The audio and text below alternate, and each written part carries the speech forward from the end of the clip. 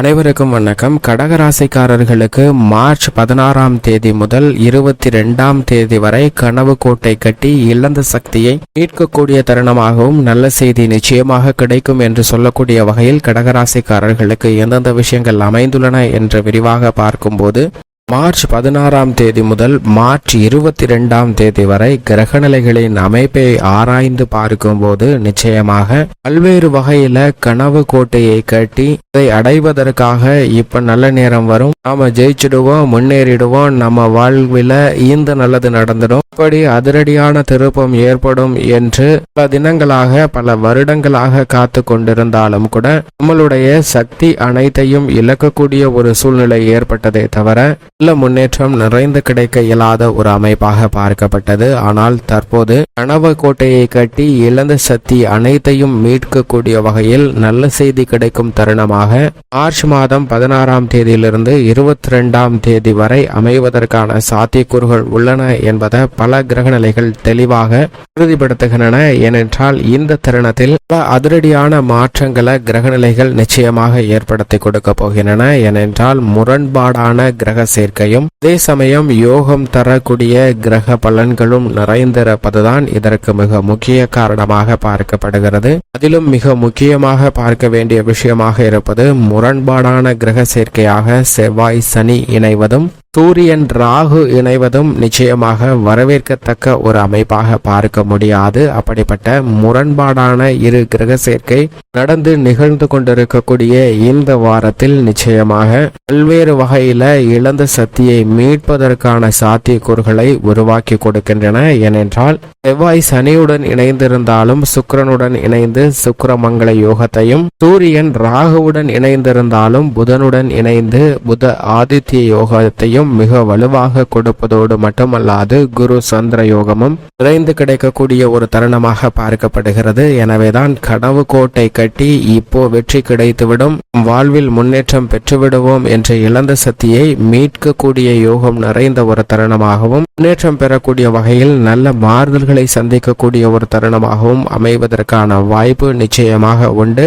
ஆனால் அதிலும் மிக முக்கியமாக இதற்கான நல்ல நேரம் நமக்கு வந்துவிட்டது, நிச்சயமாக நடைபெறும் என்ற நம்பிக்கைதான் உங்களுடைய வாழ்க்கையின் திருப்பு முனையாக அமைவதற்கான வாய்ப்பு உண்டு. ஆனால் என்னுடைய ராசியே மிக மோசமான ராசி, இதில் ஏன் பிறந்தேன் என்று தினம் தினம் வருந்தி கொண்டிருக்கிறேன் என்று நினைத்தால் நிச்சயமாக நல்ல செய்தியோ நல்ல பலன்களோ கிடைப்பதற்கான சாத்தியக்கூறு இல்லை என்பதுதான் கிரகநிலைகள் உறுதிப்படுத்துகின்றன. ஏனென்றால் முரண்பாடான கிரக சேர்க்கையும் உள்ளது என்பதை மறந்துவிட வேண்டாம். அது மட்டுமல்லாது எதிர்மறையான சிந்தனைகளையும் கற்பனையான பயங்களையும் அச்சங்களையும் தோற்றுவிக்கக்கூடிய வகையில் ராகு மிக வலுவாக அவரது சமகிரகமாக இருக்கக்கூடிய புதனின் ஆட்சி வீடான கன்னிராசியில் வலுவாக சஞ்சரிக்கிறாருங்க. எனவே தேவையில்லாத குழப்பமும் மனதில் ஒரு விதமான பயமும் பதட்டமான சூழ்நிலையும், சின்ன சின்ன விஷயத்திற்கு கூட குழப்பம் அடைந்து அதீதமாக சிந்திக்கக்கூடிய ஒரு சூழ்நிலைக்கு தள்ளப்படுவதற்கான வாய்ப்பும் உள்ளது என்பதை நிச்சயமாக உணர்ந்து செயல்பட்டால் பல சிரமங்களை தவிர்க்க முடியும். மேலும் குரு மிகவும் வலுவாக அவரது நட்பு கிரகமாக இருக்கக்கூடிய செவ்வாயின் ஆட்சி வீடான மேசராசியில் வலுவாக சஞ்சரிக்கிறாருங்க.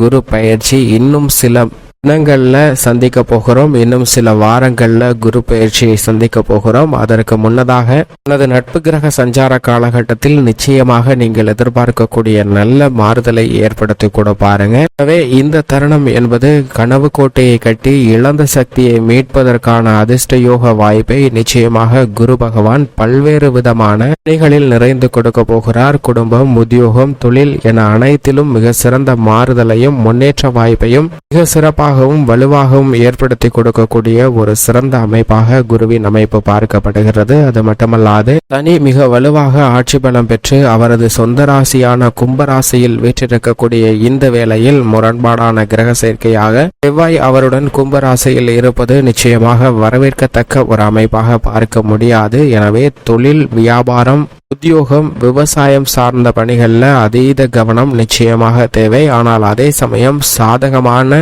அமைப்பாக பார்க்கப்படுவது கலைத்துறை, அரசியல் துறை போன்றவற்றில் மிகப்பெரிய அளவில் சாதகமான முன்னேற்ற வாய்ப்பு நிறைந்து கிடைக்கிறது என்பதை தெளிவாக உறுதிப்படுத்துகிறாருங்க.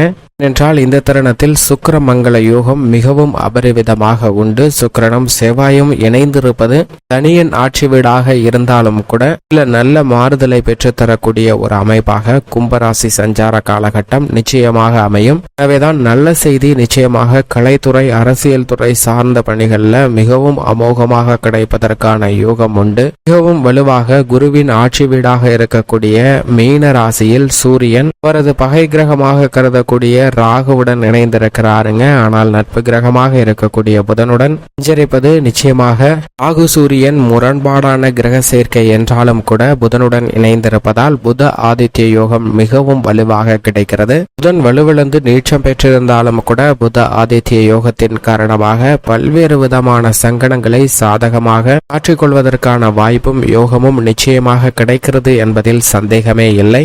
மேலும் இந்த தருணத்தில் சந்திரனின் அமைப்பை ஆராய்ந்து பார்க்கும்போது சந்திரன் மிக வலுவாக நல்ல மாற்றத்தை ஏற்படுத்தி கொடுக்கக்கூடிய வலுவான அமைப்பில் பெற்றிருக்கிறார். குரு சந்திர யோகமும் நிறைந்து கிடைப்பதால் கனவு கோட்டை கட்டி இழந்த சக்தியை மிக சிறப்பாக மீட்பதற்கான நல்ல பல சந்தர்ப்பங்களையும் வாய்ப்புகளையும் நிறைந்து கொடுக்க போகிறாருங்க. குரு சந்திரன் உட்பட பல கிரக நிலைகள் இதை சாதகமாக பயன்படுத்தி கொண்டால் நிச்சயமாக வாழ்வில் முன்னேற்றமும் பொருளாதார ரீதியான வளர்ச்சியும் நிறைந்து கிடைப்பதற்கான யோகம் உண்டு. கிரகநிலைகளின் அமைப்பு இப்படி இருக்க குடும்பம் உத்தியோகம் தொழில் சார்ந்த பணிகள் எப்படி அமைகின்றன என்று பார்க்கும் போது கடகராசிக்காரர்களுக்கு மிக வலுவாக குரு கர்மஸ்தானத்தில் வேற்றிருக்கிறாருங்க. லாபஸ்தானத்தில் மிக விரைவில் அமரப்போகிறார். எனவே நிச்சயமாக அதிர்ஷ்டம் நிறைந்த ஒரு அமைப்பாக தான் பார்க்கப்படுகிறது. அது மட்டுமல்லாது விபரீத கிரக சேர்க்கையாக இருந்தாலும் கூட 9ஆம் இடம் என்பதால் சூரியன் ராகு இணைவால் நிச்சயமாக பெரிய அளவிற்கு பாதிப்பு இல்லை. ஆனால் சற்று கவனம் தேவை. ஆனால் அதே சமயம் புத ஆதித்ய யோகம் மிக வலுவாக கிடைப்பதால் எப்பேற்பட்ட சிரமமாக இருந்தாலும் சிறப்பாக கையாளுவதற்கான ஞானம் நிச்சயமாக உண்டு. அது மட்டுமல்லாது எண்ண ஓட்டங்கள் தாறுமாறாக இருந்தாலும் கூட மோட்சக்காரகரான கேது 3இல் வலுவாக இருப்பதால் எண்ண ஓட்டங்களை கட்டுப்படுத்தி தெளிவாக சிந்தித்து ஆக்கப்பூர்வமான பணிகளை மேற்கொள்வதற்கான நல்ல பல வாய்ப்புகளையும் சந்தர்ப்பங்களையும் நிச்சயமாக நிறைந்து கொடுக்க போகிறார் என்பதில் சந்தேகமே இல்லை. இது வரவேற்கத்தக்க ஒரு அமைப்பாக தான் பார்க்கப்படுகிறது. ராசியின் அதிபதியான சந்திரனும் மிக வலுவாகவும் சிறப்பாகவும் சஞ்சரிக்கிறார். திட்டமிட்ட காரியங்கள்ல வெற்றி வாய்ப்பை தேடி தருவாருங்க. ஆனால் சாதகமற்ற ஒரு அமைப்பாக நிச்சயமாக அஷ்டம சனியின் ஆதிக்கமும் முரண்பாடான கிரக சேர்க்கையாக அவருடன் செவ்வாயும் இணைந்திருப்பது நிச்சயமாக வரவேற்கத்தக்க ஒரு அமைப்பாக பார்க்க முடியாது. என்றால் அஷ்டமஸ்தானம் என்பதால் சற்று சிரமங்கள் கூடுதலாக ஏற்படுவதற்கான வாய்ப்பு நிச்சயமாக உள்ளது. எனவே இந்த தருணத்தில் அதீத கவனமும் விழிப்புணர்வும் மிக முக்கியமாக தேவைப்படக்கூடிய ஒரு தருணமாக பார்க்கப்படுகிறது. திட்டமிட்ட பணிகளை முடிப்பதற்கு சற்று அலைந்து திரிந்து முடிக்க வேண்டிய ஒரு சூழ்நிலையும் ஏற்படுவதற்கான சாத்தியக்கூறுகள் உண்டு. எனவே சற்று நிதானத்துடனும் பொறுமையுடனும் இந்த தருணத்தை எதிர்கொண்டால் நிச்சயமாக நல்ல பல முன்னேற்ற வாய்ப்புகளும் சந்தர்ப்பங்களும் கடகராசிக்காரர்களுக்கு கிடைக்கும் என்பதில் சந்தேகமே இல்லை. மேலும் சாதகமாக மாற்றிக்கொள்ள நிச்சயமாக வாரத்தில் செவ்வாய்க்கிழமை விரதமிருந்து அருகாமையில் உள்ள நவகிரக சன்னதி சென்று தீபம் ஏற்றி வழிபாடு செய்யுங்கள். கடகராசிக்காரர்களுக்கு எதிர்பார்க்கக்கூடிய நல்ல பலன் நிறைந்து கிடைக்கும்.